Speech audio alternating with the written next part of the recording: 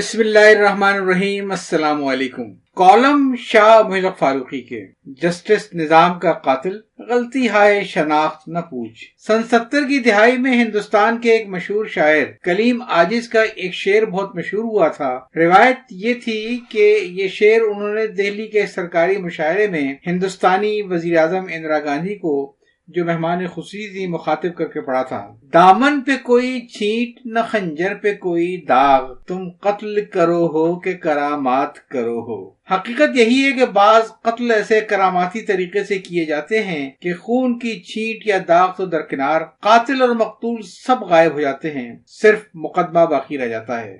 سنانے کو تو میں اس ضمن میں آپ کو بعض دلچسپ لطیفے اور فرضی قصے بھی سنا سکتا تھا، لیکن انگریزی کے ایک مثل ہے، facts are stranger than fiction, یعنی حقیقتیں کہانیوں سے زیادہ عجیب و غریب ہوتی ہیں، لہٰذا میں آپ کو کچھ اصلی واقعات ہی کیوں نہ سناؤں۔ محمد علی مرحوم 1949 سے 1961 تک صوبہ سرحد کے ایڈوکیٹ جنرل اور اس کے بعد پشاور یونیورسٹی کے وائس چانسلر رہے۔ ایڈوکیٹ جنرل ہونے سے پہلے انہوں نے بحیثیت پبلک پروسیکیوٹر قتل کے جو مقدمات کیے تھے، ان میں بعض منتخب مقدمات کو ایک کتابی شکل میں جمع کر دیا ہے، جس کا نام ہے and then the Pathan murders, اور تب پٹھان نے قتل کر دیا۔ اس میں انہوں نے اس وقت کا ایک واقعہ بیان کیا جب وہ ایبٹ آباد کے پبلک پروسیکیوٹر تھے۔ تربیلا ضلع ہری پور کے رہنے والے ایک شخص کا ہری پور سب جج کی عدالت میں دیوانی کا ایک مقدمہ چل رہا تھا۔ ہری پور ایبٹ آباد کی ایک تحصیل ہے۔ فیصلے کے دن وہ شخص ہری پور آیا جہاں فیصلہ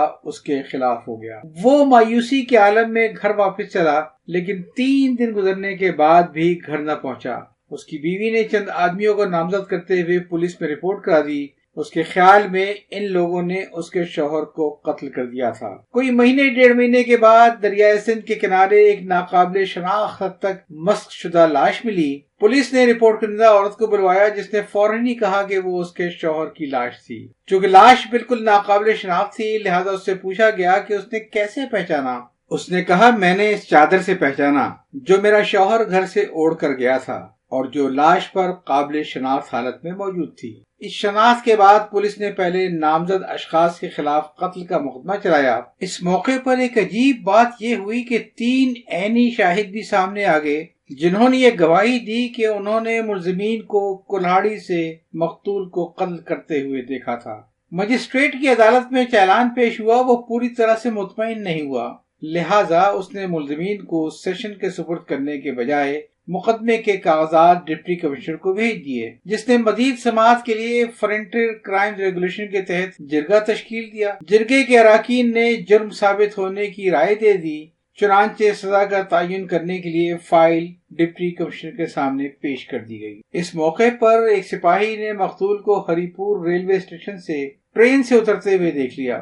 پولیس نے اسے فوری ڈپٹی کمشنر کے سامنے پیش کیا۔ اس سوال کے جواب میں کہ وہ اتنے دنوں کہاں رہا تھا، اس نے کہا کہ مقدمے میں اپنے خلاف فیصلہ سن کر وہ اس قدر مایوس اور دل شکستہ ہوا کہ گھر واپس جانے کے بجائے وہ پشاور چلا گیا اور اپنے گھر میں بھی کسی کو اس نے اطلاع نہ دی۔ ڈپٹی کمشنر نے قتل کا مقدمہ خارج کر دیا۔ رپورٹ کنندہ عورت اور 3 گواہوں پر جھوٹا الزام لگانے کا مقدمہ چلا۔ عورت کو شبے کا فائدہ دے کر بری کر دیا گیا، لیکن 3 چشمدید گواہوں کو لمبی لمبی قید کی سزائیں سنائی گئی۔ ایک اس سے بھی زیادہ بھیانک واقعہ گزشتہ ماشاء اللہ کے ابتدائی دنوں میں بلوچستان میں پیش آیا، جس کی صحیح تفصیلات کا مجھے بہت زیادہ علم نہیں۔ پاکستان کے اخبارات میں شاید اس کے بارے میں بہت کم چھپا یا چھپ سکا، لیکن اس پر ایک پورا فیچر ایک امریکی ہفت روزے گارمنٹ ٹائم ہانگ کانگ میں چھپا تھا۔ پاکستان میں شاید وہ ایڈیشن ضبط بھی کر لیا گیا تھا، لہٰذا اس کی عکسی نقلیں مختلف دفتروں میں گھومتی رہیں۔ جہاں تک میری یادداشت کام کرتی ہے، ہفت روزے کے مطابق واقعے کی تفصیلات کچھ اس طرح تھیں کہ بلوچستان میں ایک شخص پر کسی کے قتل کا مقدمہ چلا، مقتول کی لاش قاتل نے غائب کر دی۔ اب مقدمہ چل ہی رہا تھا کہ مقتول سامنے آ گیا۔ سرکار کی جانب سے کہا گیا کہ قتل دراصل ایک دوسرے شخص سے ہوا تھا، ناموں میں کچھ اشتباہ ہو گیا تھا۔ کچھ دنوں بعد دوبارہ مقدمہ چلا تو دوسرا مقتول بھی سامنے آ گیا۔ اب مبینہ قاتل پر تیسرے نام کے آدمی کے قتل کا الزام عائد کیا گیا۔ لاش اس کی بھی غائب تھی۔ اسی اثنا میں مقدمہ اتنا کمزور پڑ چکا تھا کہ کسی سویلین عدالت میں اس کے کامیاب ہونے کا کوئی امکان نہ تھا، لہذا مقدمہ مارشل لا کورٹ میں منتقل کر دیا گیا، جہاں قاتل کو پھانسی کی سزا ہو گئی۔ پھانسی کی تاریخ مقرر ہوئی تو قاتل نے بلوچستان ہائی کورٹ میں رٹ دائر کر دی۔ چیف جسٹس اور ایک جج پر مشتمل ڈویژن بینچ کے سامنے معاملہ آیا، انہوں نے سزائے موت کے خلاف فیصلہ دے دیا۔ مارشل لا کورٹ نے جیلر کو حکم بھیجا کہ مجرم کو معینہ تاریخ کو پھانسی دے دی جائے۔ معاملہ پھر ہائی کورٹ میں آیا۔ اس نے جیلر سے کہا کہ اگر اس نے مجرم کو پھانسی کی سزا دی تو خود اس کے خلاف قتل کا مقدمہ چلایا جائے گا۔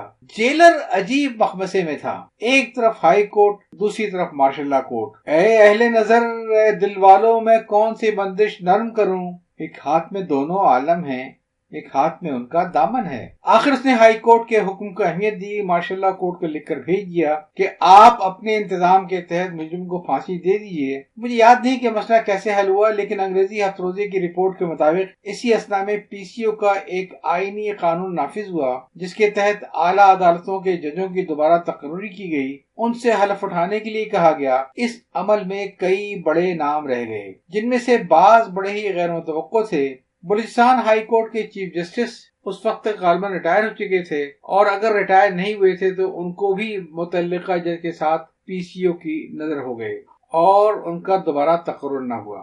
غلط شناخت کا ایک اور واقعہ محمد علی مرحوم کی زبانی سنیے، لیکن اس میں غلطی پولیس کی نہیں تھی بلکہ مجسٹریٹ کی تھی۔ اغوا کے ایک مقدمے میں دو اشخاص کا چالان ہوا، ایک اصل ملزم تھا اور دوسرا اس کا شریک۔ اصل ملزم نے جرم کا اعتراف کر لیا، جبکہ شریک جرم نے جائے وقوع سے اپنی غیر موجودگی یا ناقابل تردید طور پر ثابت کر دی۔ چنانچہ مجسٹریٹ نے اصل مجرم کو چند سال قید اور شریک جرم کی رہائی کا حکم سنایا۔ لیکن جب حکم کی تعمیل کرانے کا وقت آیا تو مجسٹریٹ نے جیل کے سپرد نامے پر دستخط کرتے ہوئے شریک جرم کو ہتھکڑی لگوا کر جیل بھجوا دیا اور اصل مجرم کی رہائی کا حکم دے دیا۔ اس غلط حکم کی تصحیح بعد میں سیشن جج نے کر دی اور شریک جرم کو جیل سے رہا کر دیا گیا، لیکن اسی اثنا میں اصل مجرم نے مجسٹریٹ کے حکم کے تحت رہائی پاتے ہی اس عورت کو دوبارہ اغوا کر لیا اور اسے لے کر قبائلی علاقے میں نکل گیا، جہاں وہ ضلعی حکام کی دسترس سے باہر ہو گیا۔ جواب طلبی ہوئی تو مجسٹریٹ نے کہا کہ کام کی زیادتی اس غلطی کے سبب تھی، لیکن ریکارڈ سے پتہ چلا کہ اس روز عدالت میں صرف وہی ایک مقدمہ تھا۔ چنانچہ مجسٹریٹ کو عہدے میں تنزلی کی سزا دی گئی اور اسے تحصیلدار بنا دیا گیا۔ شناخت کی یہ غلطیاں عدالتوں سے باہر بھی ہو جایا کرتی ہیں، بلکہ بعض اوقات تو یہ غلطیاں بھی تم قتل کرو ہو کہ کرامات کرو ہو